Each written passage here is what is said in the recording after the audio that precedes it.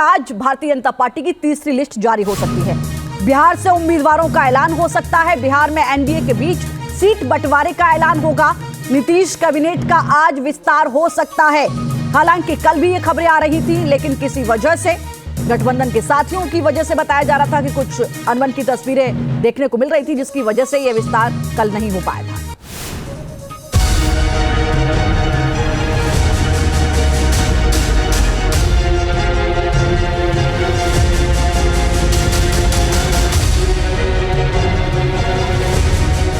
बिहार में चाचा भतीजे की सियासी लड़ाई में चिराग पासवान पहली नजर में जीतते दिखे, लेकिन 24 घंटे के अंदर ही पशुपति पारस का खेमा भी सक्रिय हो गया। पशुपति पारस गुट के नेता कह रहे हैं कि खेला अभी बाकी है।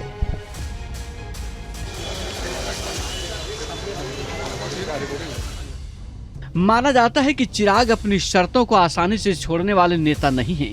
ये बात बीजेपी के साथ हुई उनकी डील से भी साबित हो गई, जिसमें चिराग पासवान ने चाचा का पत्ता साफ कर दिया।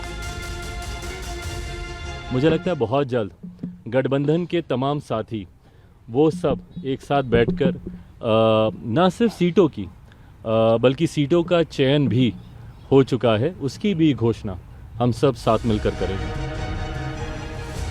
अब ये दो तस्वीरें देखिए। पहली तस्वीर बीजेपी के अध्यक्ष जेपी नड्डा के साथ है, जो बता रही है कि चाचा के साथ भतीजे ने खेल कर दिया। दूसरी तस्वीर उन्होंने अपने पिता को हाथ जोड़ते हुए ट्वीट की और लिखा, पापा आपका आशीर्वाद यूं ही बना रहे।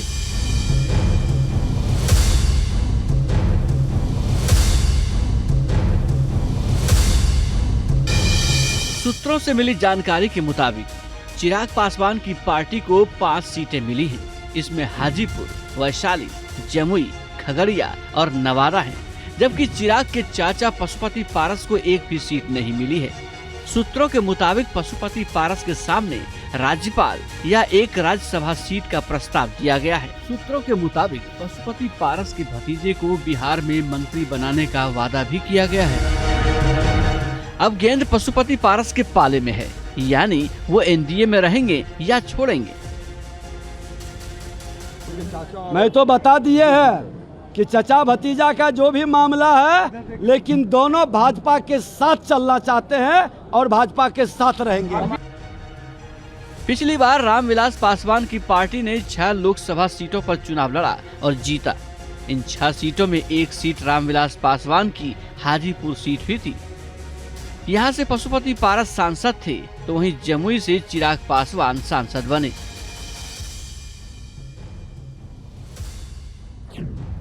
रामविलास पासवान के निधन के बाद राष्ट्रीय लोक जनशक्ति पार्टी 2 हिस्सों में टूट गई। इसका एक धड़ा राष्ट्रीय लोक जनशक्ति पार्टी पशुपति पारस के साथ है, तो दूसरा धड़ा उनके बेटे चिराग पासवान के पास। पशुपति पारस के साथ एलजेपी के 5 सांसद चले गए। अब इस नए गठबंधन में सीट बंटवारे से साफ हो गया है कि इस बार चिराग अपने चाचा पर भारी पड़े हैं।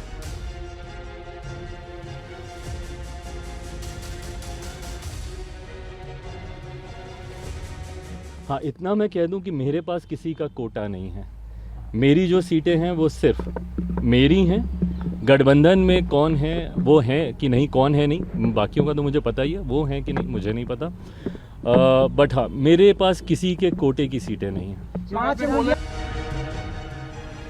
जंग में भतीजे चिराग जीते हुए लग रहे हैं, क्योंकि पशुपति पारस हाजीपुर सीट छोड़ना नहीं चाहते थे, लेकिन वो इस सीट पर अड़ गए। चिराग ने कहा था कि हाजीपुर उनके पिता की सीट है, इसलिए उसके हकदार वो हैं। गठबंधन के ऐलान के बाद अब ये सवाल है कि पशुपति पारस का क्या होगा। आज भारतीय जनता पार्टी की तीसरी लिस्ट जारी हो सकती है। बिहार से उम्मीदवारों का ऐलान हो सकता है। बिहार में एनडीए के बीच सीट बंटवारे का ऐलान होगा। नीतीश कैबिनेट का आज विस्तार हो सकता है। हालांकि कल भी ये खबरें आ रही थी, लेकिन किसी वजह से गठबंधन के साथियों की वजह से बताया जा रहा था कि कुछ अनबन की तस्वीरें देखने को मिल रही थी, जिसकी वजह से यह विस्तार कल नहीं हो पाया था।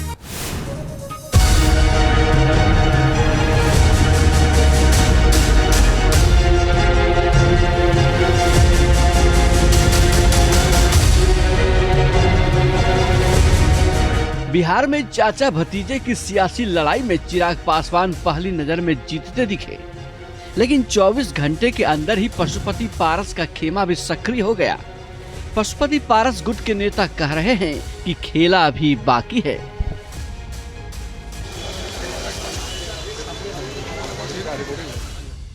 माना जाता है कि चिराग अपनी शर्तों को आसानी से छोड़ने वाले नेता नहीं हैं।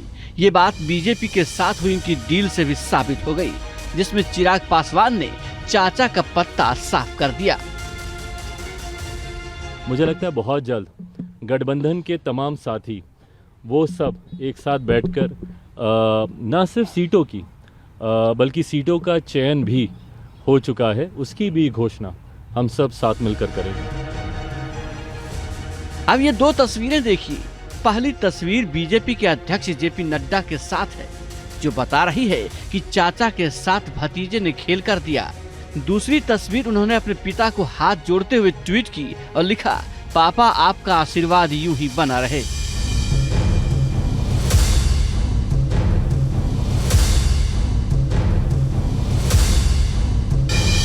सूत्रों से मिली जानकारी के मुताबिक चिराग पासवान की पार्टी को 5 सीटें मिली हैं। इसमें हाजीपुर, वैशाली, जमुई, खगड़िया और नवादा हैं, जबकि चिराग के चाचा पशुपति पारस को एक भी सीट नहीं मिली है।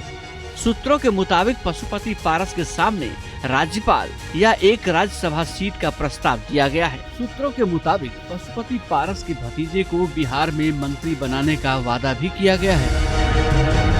अब गेंद पशुपति पारस के पाले में है, यानी वो एनडीए में रहेंगे या छोड़ेंगे। मैं तो बता दिए हैं कि चचा भतीजा का जो भी मामला है, लेकिन दोनों भाजपा के साथ चलना चाहते हैं और भाजपा के साथ रहेंगे।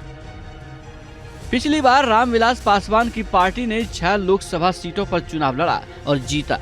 इन 6 सीटों में एक सीट रामविलास पासवान की हाजीपुर सीट भी थी। यहाँ से पशुपति पारस सांसद थे, तो वहीं जमुई से चिराग पासवान सांसद बने।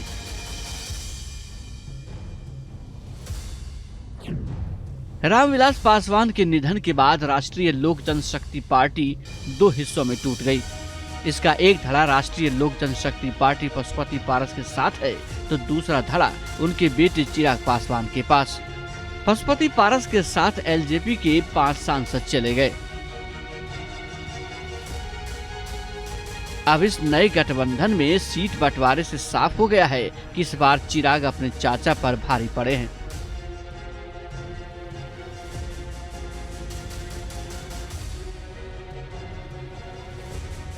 हाँ, इतना मैं कह दूं कि मेरे पास किसी का कोटा नहीं है।